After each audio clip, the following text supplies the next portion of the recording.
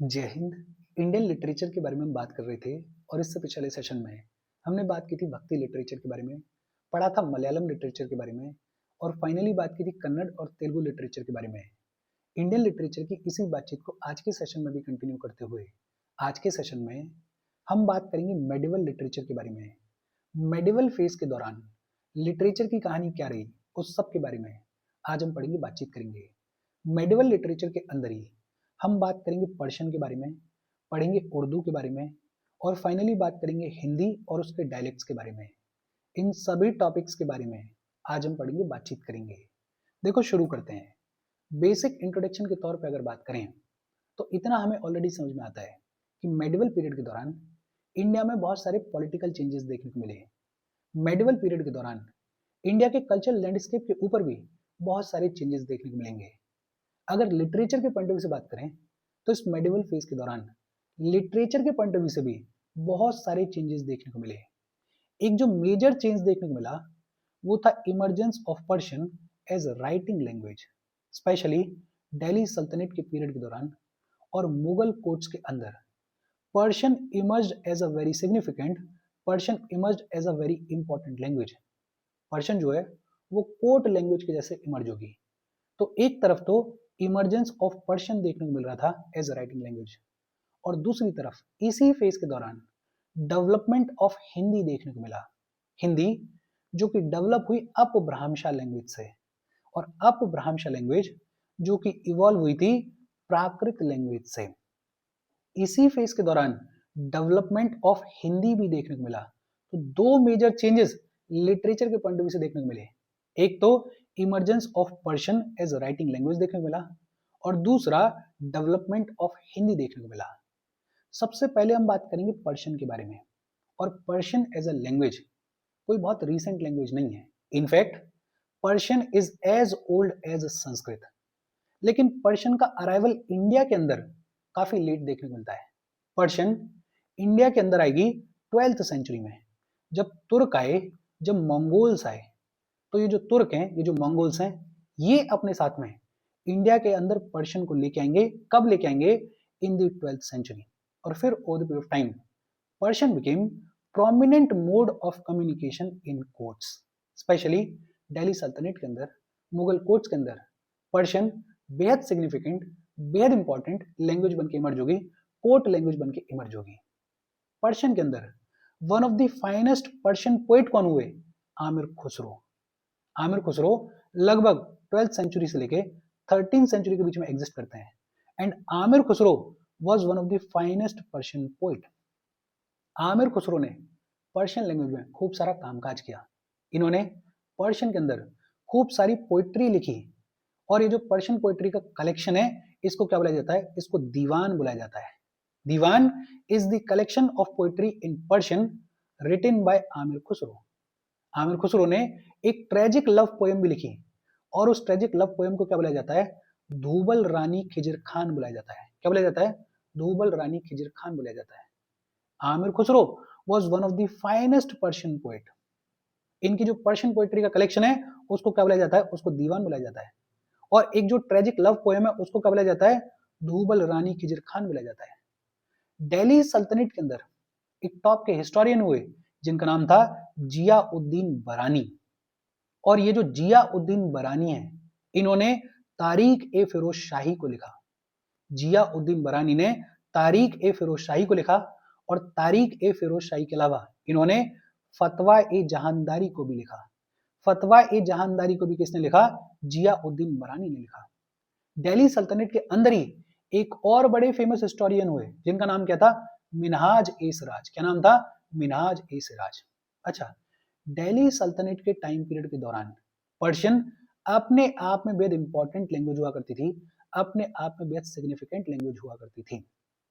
लेकिन ये जो पर्शियन लिटरेचर है इसका प्रोडक्शन जो है वो स्काई रॉकेट होगा, वो बहुत ज्यादा इंक्रीज हो जाएगा मुगल पीरियड के दौरान। मुगल पीरियड के दौरान ये जो पर्शियन लिटरेचर है इसके प्रोडक्शन में सिग्निफिकेंट इंक्रीज देखने को मिलेगा।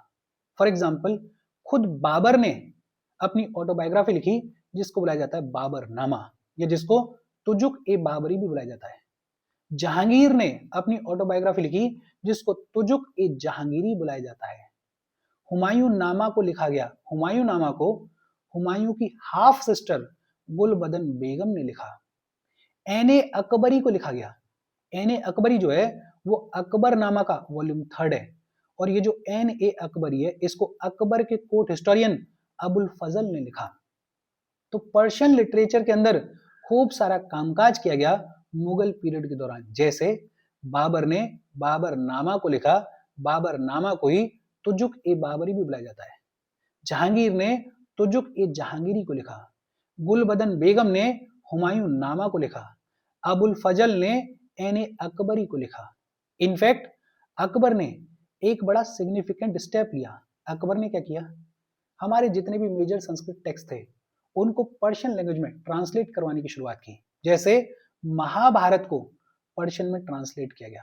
महाभारत को पर्शियन में किसने ट्रांसलेट किया, बदौनी ने ट्रांसलेट किया। और ये जो ट्रांसलेशन है महाभारत का पर्शियन में, इसको क्या बोला जाता है, इसको रज्मनामा बुलाया जाता है। क्या बोला जाता है, रज्मनामा बुलाया जाता है। तो महाभारत का जो पर्शियन में ट्रांसलेशन है उसको क्या बोला जाता है, रज्मनामा बुलाया जाता है। ट्रांसलेशन किसने किया है, बदौनी ने किया है। जो हमारा अथर्ववेद है उसको भी पर्शियन में ट्रांसलेट किया गया, और अथर्ववेद को पर्शियन में किसने ट्रांसलेट किया, हाजी इब्राहिम सरहिंद ने किया। किसने किया, हाजी इब्राहिम सरहिंद ने किया। इनफैक्ट 1574 में अकबर ने मकतब खाना को स्टेब्लिश किया, और मकतब खाना का मतलब हाउस ऑफ ट्रांसलेशन वर्क्स। ये जो मकतब खाना है इसको बनाया ही इसलिए गया था कि जितने भी मेजर वर्क्स हैं उनको ट्रांसलेट करो अलग अलग लैंग्वेजेस में। और ये जो मकतब खाना है इसको कहाँ पे स्टैब्लिश किया गया था, इसको अकबर ने अपनी कैपिटल सिटी फतेहपुर सीकरी में स्टैब्लिश किया था। तो मकतब खाना को कब स्टैब्लिश किया गया, 1574 में स्टैब्लिश किया गया। और इतना ही काम नहीं है, और बहुत सारे कामकाज किए गए मुगल पीरियड के दौरान। इनफैक्ट एक इंसान हुए फैजी, फैजी जो है वो अबुल फजल के बड़े भाई थे, और फैजी को master of Persian poetry consider किया जाता है। अकबर के कोर्ट में नवरत्न देखने को मिलते थे। इन नवरत्न में से एक थे खुद फैजी, और फैजी ने भास्कराचार्य की जो लीलावती है, भास्कराचार्य की जो लीलावती है उसको पर्शियन में किसने ट्रांसलेट किया था, फैजी ने ट्रांसलेट किया था। एक बड़ा सिग्निफिकेंट वर्क है इस फेज का जिसको क्या बोला जाता है, तारीख ए अकबरी। तारीख ए अकबरी या इसको मुजफ्फरनामा भी बुलाया जाता है। ये जो तारीख ए अकबरी है it is the first Chronicle of Akbar's rain. Akbar के रेन का पहला क्रॉनिकल, जो पहली डिटेल्ड जानकारी मिलती है वो मिलती है तारीख ए अकबरी में। और ये जो तारीख ए अकबरी है ये बड़ा इंपॉर्टेंट सोर्स है 16th सेंचुरी इंडिया के बारे में। 16th सेंचुरी इंडिया की हिस्ट्री किस तरीके की थी उसका बड़ा इंपॉर्टेंट सोर्स है तारीख ए अकबरी। ये जो तारीख ए अकबरी है इसको किसने कंपाइल किया, इसको मोहम्मद आरिफ ने कंपाइल किया। किसने कंपाइल किया, मोहम्मद आरिफ ने कंपाइल किया। और इसके आगे ये तो आपको पता ही होगा, मलिक मोहम्मद जैशी ने पद्मावत को कंपोज किया था। कब कंपोज किया था, 1540 एडी में कंपोज किया था। मलिक मोहम्मद जैशी ने पद्मावत को कब कंपोज किया, 1540 एडी में कंपोज किया। शाहजहां का रेन आया, और शाहजहां के रेन के दौरान शाहजहां नामा को लिखा गया। ये जो शाहजहां नामा है इसको किसने लिखा, इनायत खान ने लिखा। शाहजहां नामा को किसने लिखा, इनायत खान ने लिखा। शाहजहां की एक बेटी थी जहांनारा बेगम, और जहांनारा बेगम ने मुनिस अल अरवा को लिखा। मुनिस अल अरवा को किसने लिखा, जहांनारा बेगम ने लिखा। ये जो मुनिस अल अरवा है ये शेख मोइनुद्दीन चिश्ती की बायोग्राफी है। शाहजहां के टेन्योर के दौरान भी लिटरेचर के ऊपर ठीक ठाक काम किया गया। औरंगजेब के रेन के दौरान एक इंसान हुए जफर जातली। जफर जातली ने कई सारी पोएट्रीज लिखी, और जफर जातली की ये जो पोएट्री का कलेक्शन है इसको क्या बुलाया जाता है, कुलियत बुलाया जाता है। क्या बुलाया जाता है, कुलियत बुलाया जाता है।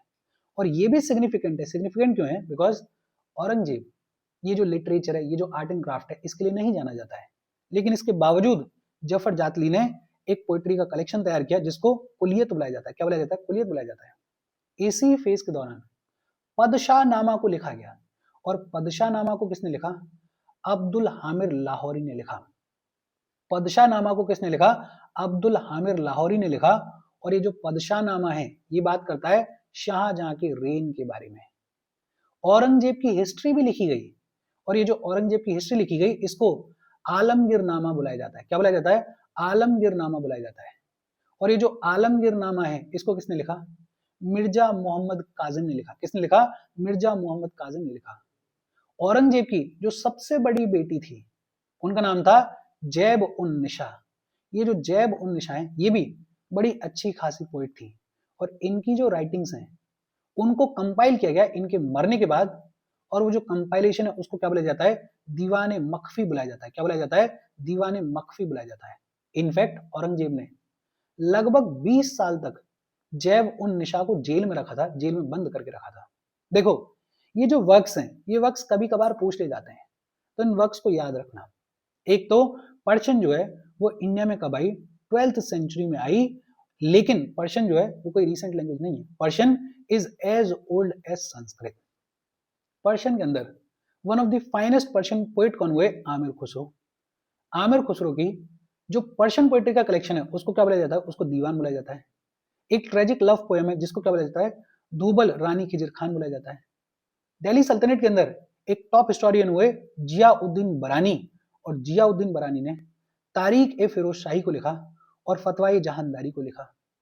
इनफैक्ट एक और बड़े फेमस हिस्टोरियन हुए मिनाज ए सिराज। लेकिन एक्चुअल में जो पर्शियन लिटरेचर है उसका प्रोडक्शन स्काई रॉकेट कब करेगा? मुगल पीरियड के दौरान। बाबर ने बाबरनामा को लिखा जिसे तुजुक ए बाबरी भी बुलाया जाता है।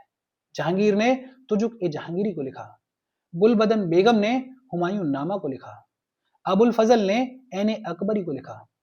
महाभारत का जो पर्शियन में ट्रांसलेशन है उसको क्या बुलाया जाता है? उसको रज्मनामा बुलाया जाता है। और ये किसने किया था ट्रांसलेशन? बदोनी ने किया था। अथर्ववेद का पर्शियन में ट्रांसलेशन किसने किया था? हाजी इब्राहिम सर हिंदी ने किया था। 1574 में अकबर ने मकतब खाना को स्टैब्लिश किया, हाउस ऑफ ट्रांसलेशन वर्क्स को स्टैब्लिश किया। कहां पे स्टैब्लिश किया? फतेहपुर सीकरी में किया। फिर एक बेहद इंपॉर्टेंट टेक्स्ट है तारीख अकबरी। ये जो तारीख अकबरी है ये पहला क्रॉनिकल है अकबर के रेन का, और इसको किसने कंपाइल किया? मोहम्मद आरिफ ने किया। मलिक मोहम्मद जैशी ने पद्मावत को लिखा, और कब लिखा? 1540 एडी में लिखा। शाहजहांनामा को किसने लिखा? इनायत खान ने लिखा। जहानार बेगम ने मुनीस अल अरवा को लिखा जो कि शेख मोइनुद्दीन चिश्ती की बायोग्राफी है। इसके अलावा पदशाह नामा को किसने लिखा? अब्दुल हामिद लाहौरी ने लिखा। आलमगीर नामा जो कि हिस्ट्री औरंगजेब की उसको किसने लिखा है? मिर्जा मोहम्मद काजिम ने लिखा है। ये बेसिक सिंपल सी बातचीत है। नाम नाम याद रखना, थोड़ा सा कहानी याद रखना, थोड़ा सा याद रखना कि पर्शियन इंडिया में किस तरीके से आई है। बस इतना बार याद रखोगे तो काम चल जाएगा। होपफुली यहाँ तक चीजें आपके दिमाग में कुछ हद तक सेट हुई होंगी। रिवाइज करना पूरा सेट हो जाएंगी। हम आगे बढ़े उससे पहले वीडियो पे लाइक के बटन को दबा दो। लाइक दबाना जरूरी है बिकॉज यूट्यूब ऐसे ही फंक्शन करता है। जब आप वीडियो पे लाइक के बटन को दबाते हो तो यूट्यूब वीडियो को कंसिडर करता है और थोड़ा सा पुश कर देता है। तो लाइक का बटन दबा दो, शेयर कर दो अपने सोशल मीडिया हैंडल्स पे, व्हाट्सएप वगैरह पे अपने फ्रेंड्स को। जो भी लोग इसमें इंटरेस्टेड हैं, इससे रिलेटेड पढ़ाई कर रहे हैं, उनको शेयर कर दो। अगर चैनल को सब्सक्राइब नहीं किया है तो फॉर श्योर चैनल को सब्सक्राइब कर लो। और अगर आप केपेबल हो हेल्प करना चाहते हो तो आप हमें हेल्प कर सकते हो by clicking on the join button, या फिर आप कंट्रीब्यूट भी कर सकते हो क्यूआर कोड को स्कैन करके। अच्छा, पर्शियन की कहानी क्या रही वो तो हमें समझ में आ गई। अब बात आती है उर्दू के बारे में। और हिस्टोरियंस ये आर्ग्यू करते हैं कि उर्दू जो है वो डेवलप हुई because of the interaction of Persian and Hindi. Persian और हिंदी के इंटरेक्शन की वजह से उर्दू डेवलप हुई। उर्दू में जो ग्रामर देखने को मिलती है वो मोस्टली हिंदी ग्रामर को फॉलो करती है। जो हिंदी की ग्रामर है मोस्टली वही ग्रामर उर्दू में देखने को मिलती है। और उर्दू में जो फॉर्म और स्क्रिप्ट देखने को मिलती है वो पर्शियन वाली देखने को मिलती है। और इसीलिए ये आर्ग्यू किया जाता है कि उर्दू जो है वो डेवलप हुई because of interaction of Persian and Hindi. Initially Urdu को दक्खनी बुलाया जाता था। दक्खनी का मतलब सदन। इनिशियली उर्दू को क्या बुलाया जाता था? दक्खनी बुलाया जाता था। और दक्खनी क्यों बुलाया जाता था? बिकॉज इनिशियली ये जो दक्खनी है इसको बहामनी स्टेट्स में यूज किया जाता था। बहामनी स्टेट्स के बारे में आपने सुना होगा, और अगर नहीं सुना है तो वेट करो, इनकी भी कहानी आएगी। बहामनी स्टेट्स जैसे अहमदनगर, जैसे गोलकोंडा, जैसे बीजापुर, जैसे बेरार, ये जो बहामनी स्टेट्स हैं इनके अंदर दक्खनी को यूज किया जाता था। उर्दू को ही इनिशियली दक्खनी बुलाया जाता था। उर्दू के अंदर one of the greatest Urdu poet कौन हुए? मिर्जा गालिब हुए। और मिर्जा गालिब ने उर्दू के अंदर जो पोइट्री तैयार की उसके कलेक्शन को क्या बुलाया जाता है? दीवान बुलाया जाता है। क्या बुलाया जाता है? दीवान बुलाया जाता है। एक और बड़े फेमस पोइट हुए इकबाल, और इकबाल ने भांग ए दारा को लिखा। भांग ए दारा को किसने लिखा? इकबाल ने लिखा। लेकिन इकबाल जो है वो ज्यादा फेमस हैं अपने गाने के लिए सारे जहां से अच्छा के लिए। उर्दू को 20th सेंचुरी में एक बार फिर से अपलिफ्ट करने का काम किसने किया? सर सैयद अहमद खान ने किया। सर सैयद अहमद खान ने बहुत सारे नेशनल टेक्स्ट जो हैं वो उर्दू में पब्लिश किए और इंग्लिश में पब्लिश किए। सर सैयद अहमद खान ने एक जर्नल भी पब्लिश करने की शुरुआत करी उर्दू में, और वो जर्नल है उसको क्या बुलाया जाता था? उसको तहदबी उल अखलाक बुलाया जाता था। क्या बुलाया जाता था? तहदबी उल अखलाक बुलाया जाता था। बेहद सिंपल तौर पे याद रखना है। उर्दू के अंदर one of the greatest Urdu poet कौन हुए? मिर्जा गालिब हुए। और मिर्जा गालिब की जो पोइट्री है उनके कलेक्शन को क्या बुलाया जाता है? दीवान बुलाया जाता है। इकबाल इकबाल जाने जाते हैं सारे जहां से अच्छा के लिए। ये जो उर्दू है ऐसा आर्ग्यू किया जाता है कि developed because of the interaction of Persian and Hindi. Initially Urdu को ही क्या बुलाया जाता था? दक्खनी बुलाया जाता था। और इसके बाद बात आती है हिंदी और उसके डायलेक्ट्स के बारे में। देखो हिंदी जो है वो लगभग 7th सेंचुरी से लेके 14th सेंचुरी के बीच में इवॉल्व हुई। हिंदी लगभग 7th सेंचुरी से लेके 14th सेंचुरी के बीच में इवॉल्व हुई, और इवॉल्व हुई अपभ्रांशा से। और ये जो अपभ्रांशा लैंग्वेज है ये इवॉल्व हुई थी प्राकृत से। मतलब प्राकृत से इवॉल्व हुई अपभ्रांशा, और अपभ्रांशा से इवॉल्व हुई हिंदी। और हिंदी कब इवॉल्व हुई? लगभग 7th सेंचुरी से लेके 14th सेंचुरी के बीच में। लेकिन हिंदी को मेजर बूस्ट मिलेगा भक्ति मूवमेंट के दौरान। जब भक्ति मूवमेंट के सेंट्स जो हैं वो अपने मैसेज को प्रीच करने के लिए, मासेस से कनेक्ट करने के लिए हिंदी को यूज करने की शुरुआत करेंगे, तब हिंदी को मेजर बूस्ट मिलेगा। फॉर एग्जाम्पल कबीर के दोहे अपने आप में बेहद पॉपुलर हैं। तो हिंदी को मेजर बूस्ट कब मिला? भक्ति मूवमेंट के दौरान मिला। जो पहली हिंदी बुक लिखी गई वो शायद पृथ्वीराज रासो थी। पृथ्वीराज रासो को किसने लिखा था? चंद्रवरदाई ने लिखा था। किसने लिखा था? चंद्रवरदाई ने लिखा था। पृथ्वीराज रासो जो है वो पृथ्वीराज चौहान के ऊपर लिखी गई किताब है। पृथ्वीराज रासो को चंद्रवरदाई ने लिखा था, और ये प्रोबेबली पहली हिंदी की किताब थी। इसके बाद हिंदी और उसके डायलेक्ट्स में बहुत सिग्निफिकेंट काम किए गए। जैसे तुलसीदास ने रामचरितमानस को लिखा अवधी लैंग्वेज में, और रामचरितमानस बेहद पॉपुलर हुई। आज भी ऑलमोस्ट हर एक हिंदू घर में रामायण या रामचरितमानस को पढ़ा जाता है।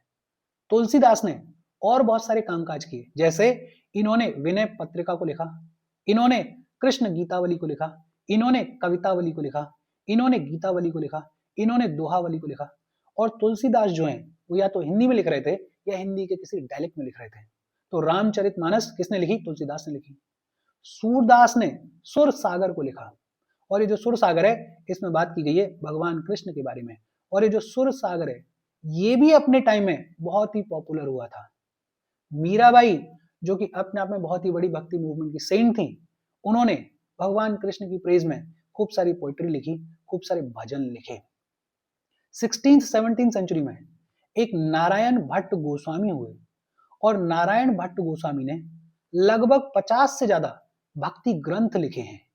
लगभग 50 से ज्यादा भक्ति ग्रंथ नारायण भट्ट गोस्वामी ने लिखे हैं। और इनका जो सबसे फेमस काम है वो है ब्रज भक्ति विलास। ये जो ब्रज भक्ति विलास है इसमें बात की गई है ब्रज मंडल की परिक्रमा के बारे में। आपने सुना होगा गोवर्धन की परिक्रमा होती है, ब्रज क्षेत्र में होती है, वृंदावन मथुरा वाले क्षेत्र के बारे में आपने सुना होगा। यहाँ पे जो ब्रज मंडल की परिक्रमा होती है उसके बारे में बात की गई है इस ब्रज भक्ति विलास के अंदर, जिसको किसने लिखा है? नारायण भट्ट गोस्वामी ने लिखा है। सतसई जो है वो बड़ा फेमस काम है हिंदी पोएट बिहारी का। बिहारी ने सतसई को लिखा, और ये जो सतसई है इसको ब्रज भाषा में लिखा गया है। और ब्रज भाषा जो है वो हिंदी का एक डायलेक्ट है। ये जो सतसई है it is about devotion, it is about love. तो बेहद सिंपल, हिंदी इवॉल्व हुई 7th सेंचुरी से लेके 14th सेंचुरी के बीच में, इवॉल्व हुई अपभ्रांशा से। लेकिन हिंदी को मेजर बूस्ट मिला भक्ति मूवमेंट के दौरान। पृथ्वीराज रासो जिसको चंद्रवरदाई ने लिखा, ये प्रोबेबली हिंदी की पहली किताब है। तुलसीदास ने रामचरितमानस को लिखा, सूरदास ने सुरसागर को लिखा, नारायण भट्ट गोस्वामी ने ब्रज भक्ति विलास को लिखा, और बिहारी ने सतसई को लिखा। और इसके साथ आज की हमारी बातचीत खत्म हो गई। देखो बेसिक तौर पर चीजों को याद रखना, बहुत ज्यादा घुसने की जरूरत नहीं है। कोई डाउट हो कमेंट करके पूछ लेना। Thank you very much.